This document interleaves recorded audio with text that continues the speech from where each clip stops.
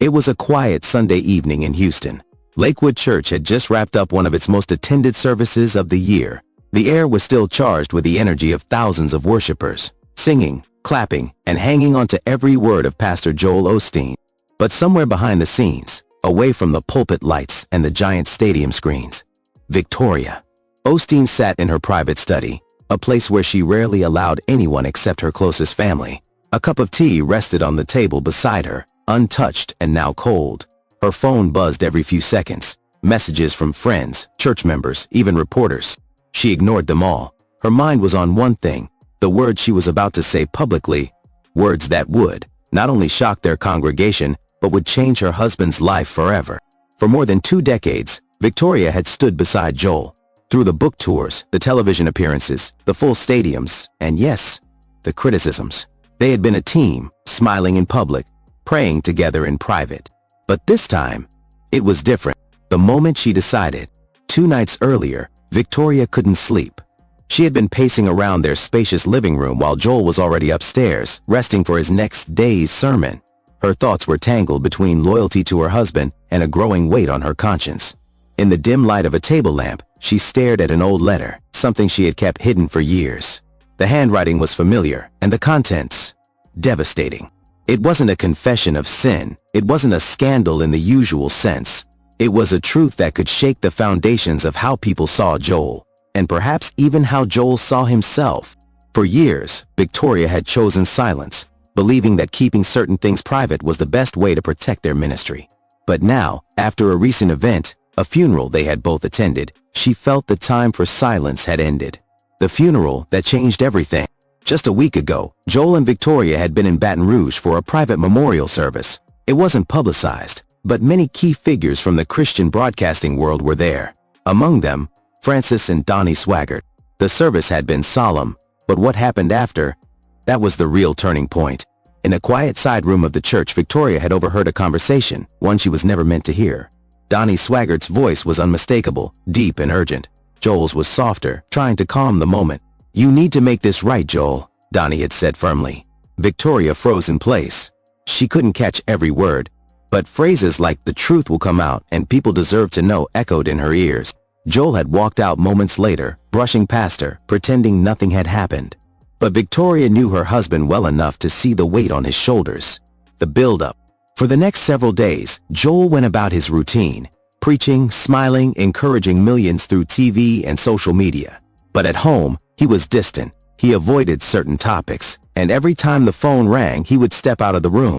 Victoria, torn between her loyalty and her own sense of right and wrong, finally reached a decision. She would speak out, not to harm Joel, but because she believed it was time for full transparency. She knew it wouldn't be easy. She knew it would trigger headlines around the world. And she knew it might change their marriage forever. The next morning, she called the church's media director. "I need to record a statement," she said calmly. "And I needed to go out without Joel seeing it first." There was a long pause on the other end. "Are you sure, Mrs. Osteen? Completely?" The statement begins. When the cameras rolled, Victoria sat straight, her hands folded. No makeup artist, no scripted teleprompter, just her voice, steady but filled with emotion. "For many years I have stood beside my husband, supporting him in everything he does," she began. "But there are moments in life when love means speaking the truth, even when it's hard." Her eyes shifted slightly, as if she were speaking directly to Joel. "I have watched him carry a burden quietly, one that he thought he had to protect everyone else from. But in doing so, he has been protecting himself from something he needed to face." The following morning, Houston's media circles were already buzzing. No one knew exactly what Victoria Osteen had said, only that she had recorded a private message without Joel's approval and that it was scheduled for release within hours.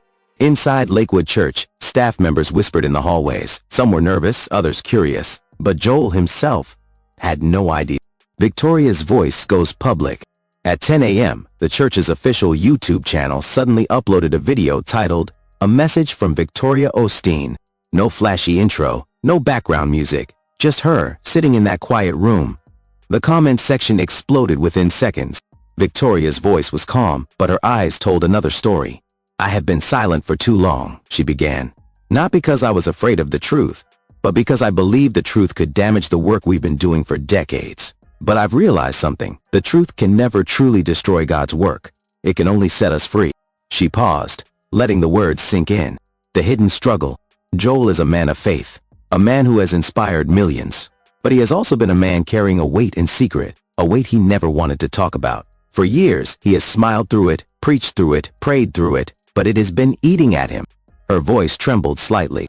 That weight is connected to a decision he made years ago, one that has quietly shaped every sermon, every smile, and every public moment since. And it is a decision tied to people we've known in ministry, people like the Swaggart. The comments section instantly exploded. Wait, what? Is she talking about Donnie Swaggart? What decision? The Baton Rouge connection. Victoria leaned forward slightly. Some of you know that Joel and I attended a private memorial service in Baton Rouge last week. What you don't know is that during that trip I overheard a conversation, one that confirmed my deepest fear. Joel has been carrying unresolved conflict and perhaps even guilt tied to events from years ago involving ministry friends. She didn't give details, not yet, but her choice of words was deliberate. I love my husband, I stand by him, but I also believe the people who follow him, who give their hearts to this ministry, deserve to know the truth about the man they trust. Not the polished image, but the real person. Joel finds out. At that very moment, Joel was in a meeting with Lakewood's finance team when his phone started buzzing. First one call, then another, then text from close friends. Joel, are you seeing this? He excused himself, walked into the hallway, and opened the church's YouTube page.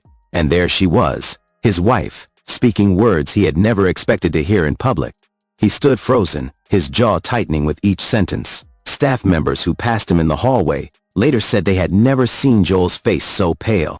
The world reacts. By noon, the video had crossed 500,000 views. Christian news outlets picked it up instantly. Joel Osteen breaks silence on Joel's private struggle.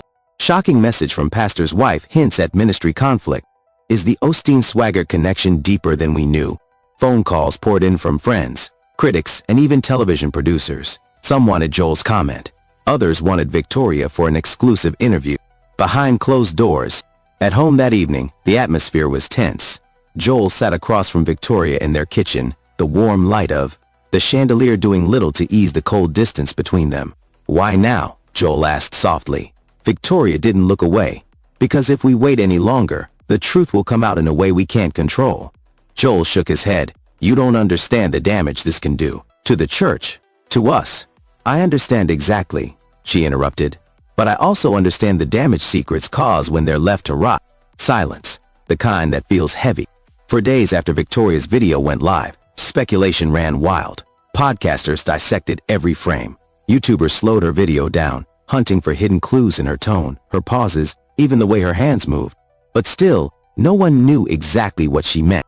Victoria speaks again. 3 days later, Victoria kept her promise. She appeared in another video, this time live-streamed from the Lakewood Church media room. No edits, no retakes. She took a deep breath before she began. When I met Joel, he was a man full of vision, faith, and dreams. But there was also a wound, one he rarely talked about. It came from an incident early in his ministry, back when he was still building his voice, long before Lakewood became what it is today. She glanced down, gathering courage. That wound was tied to a promise made to a friend in ministry. That friend was Jimmy Swaggart. The live chat exploded. No way, Swaggart and Osteen. The Baton Rouge meeting. Victoria continued. In the mid-90s, Joel traveled to Baton Rouge for a private meeting. Jimmy Swaggart had been facing one of the most public storms of his life. Joel wasn't there to judge. He was there because someone in the family had asked for his help in repairing relationships within the ministry community. According to Victoria, Joel and Jimmy spoke for hours in a small office at the family worship center. Joel agreed to keep certain things confidential, believing it was the Christian thing to do. But over the years, she said, that confidentiality turned into a silent chain. Joel couldn't speak freely about certain events, certain choices, because breaking that promise meant betraying someone he considered a brother in Christ. The unintended cost. Victoria's tone softened. That silence started to cost him. Every time critics attacked him for being too soft or too vague, I knew part of the reason why. He was protecting someone else's story, but in doing so, he was limiting his own voice. The truth was, Joel had carried that promise for nearly 3 decades. Even when Donnie Swaggart took over more responsibilities, even when Francis Swaggart addressed controversies head-on, Joel kept his lips sealed. The funeral confrontation. Victoria finally explained what happened at the funeral in Baton Rouge the week before. After the service, Donnie pulled Joel aside. "I wasn't supposed to hear, but I did." Donnie told him, "It's time. People are talking anyway. You might as well tell it your way." Joel resisted. He said, "A promise is a promise." And Donnie said, "Some promises aren't meant to last forever, especially when the truth can set you free." The pressure breaks. By now, Victoria was visibly emotional. "I realized my husband wasn't refusing to speak because he was hiding something shameful he'd done. He was refusing because he was afraid that by revealing the truth, he'd be accused of betraying a friend. But I also realized the weight was changing him. Slowly, quietly, but deeply." She leaned closer to the camera. "So I'm speaking now. I'm taking that choice away from him because I love him too much to watch him carry this any longer." What was the truth? Then came the sentence that made headlines worldwide. The truth is, in that meeting decades ago, Joel agreed to step back from a ministry project that could have changed his life, all to shield another pastor from scrutiny. That project was later taken over by someone else, and it became one of the largest televised ministries in America. Joel walked away quietly, without defending himself, without explaining why. And for years, people assumed he simply wasn't interested. But the truth is, he sacrificed. Gasps flooded the live chat. Names were thrown around. Theories exploded. The shockwave. Within hours, Christian news blogs were ablaze. Victoria Osteen claims Joel gave up ministry platform to protect Swag. Osteen's Swaggart history revealed. Was Joel's career path altered by a decades-old promise? Joel himself remained silent. But behind closed doors, insiders said he was torn between relief and frustration. Relief that the truth was finally out. Frustration that he hadn't been the one to tell it. Donnie speaks. 2 days later, Donnie Swaggart finally addressed it briefly during a midweek service. "There are men in ministry who've made sacrifices no one will ever fully understand. Joel Osteen is one of them. I have nothing but respect for what he did. And if the story's out now, then maybe it's time for healing." The audience applauded, but online debates only grew louder. By now, the storm was in full swing, but Victoria knew this wasn't the end of the story. She had one more revelation, one that would make everything so much more personal. On a quiet Tuesday evening, Joel sat alone in his study. A Bible lay open in front of him, but his eyes weren't reading. He was replaying decades of memories. The meeting in Baton Rouge, Jimmy's tired face, the weight of that handshake promise, and the years of silence that followed. Finally, he whispered to himself, "It's time." Joel breaks his silence. The next morning, Lakewood Church posted a live stream announcement. Joel Osteen speaks, 11 a.m. By the time the countdown hit 0, over 1 million viewers were watching. Joel walked onto the stage alone. No music, no smiling welcome, just him, a microphone, and the weight of truth. "I've spent my whole ministry encouraging people to live in freedom, to trust that God's light is greater than any shadow. And yet, I've carried my own shadow for nearly 30 years. He paused, scanning the crowd. "When I was younger, I made a promise to protect a friend. That promise meant walking away from an opportunity that could have changed my ministry path. At the time, I thought I was doing the right thing. Maybe I was. But in keeping that promise, I let part of myself stay hidden. And when you hide too long, you stop living fully." The name he spoke. Joel took a deep breath. That friend was Jimmy Swaggart. Gasps filled the auditorium. "I don't regret protecting him. I regret not trusting God enough to believe the truth could come out in love instead of scandal. And to Jimmy, to Donnie, to Francis, I say this with respect. I'm not here to reopen old wounds. I'm here because the people I lead deserve the real me. Not just the polished version." The twist. Then came the revelation no one expected. What most people don't know is that the project I walked away from, the one I thought I'd never touch again, is coming back into my life. Donnie Swaggart reached out last week with an offer to co-host a new outreach initiative, Together. The audience erupted. Some cheered. Some sat in stunned silence. The public response.